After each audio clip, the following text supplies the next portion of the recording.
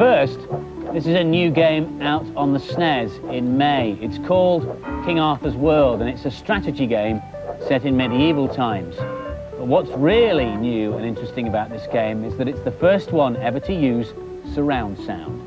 So what's surround sound? Well, it's exactly what you might imagine. It's sound designed to surround you. It was originally used in cinemas.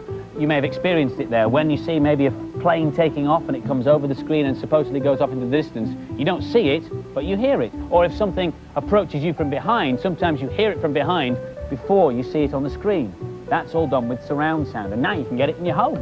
Because TVs like this one have got surround sound capabilities built in, and they're surprisingly reasonably priced. Maybe you've got a TV and you've got a video, but you'd still like surround sound, then what you need to buy is a special amplifier like this. These, though, are rather expensive. Most domestic home surround sound systems have 4 or 5 speakers, one on left and right of the television. Sometimes there's one down here too, a centre speaker for centre sounds and speech, and then, fairly obviously, you need 2 behind you, left and right, for the sounds that come from behind. Nearly all films these days are made in surround sound, and you can get the experience even when they're transmitted on telly or video, because the surround sound information is already encoded on the video that you or I would rent from the video shop. All you need is the equipment to access it. But how does it work for the game? Well, when you start, you get the test screen. Now, if you're listening at home in surround sound, you should get the full benefit of this. It starts in front, goes round to my right, behind me on my left, front right,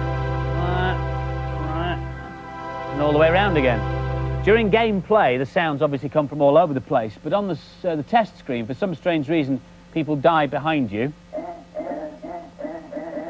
and sword clashes happen in front of you, and thunder happens all over the place.